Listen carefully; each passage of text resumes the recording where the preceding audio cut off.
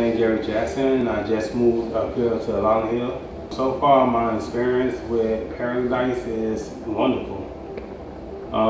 They respond to me, on time. They told me when the windows were coming, how long would it be, and how much time would it take to put in both sides. And everything turned out good. My electrical bill went down. It was $250, and right now it's like I say 105.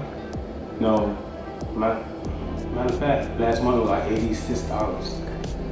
And the AC stay on. The AC on freezer, so it's good. Oh, it's too late. I recommend them already to my friends who live in Dade County. My other friend who live down south in Verona. One live in Goose, Chocolate City. Yeah, I gave him the phone number and the card. So yes.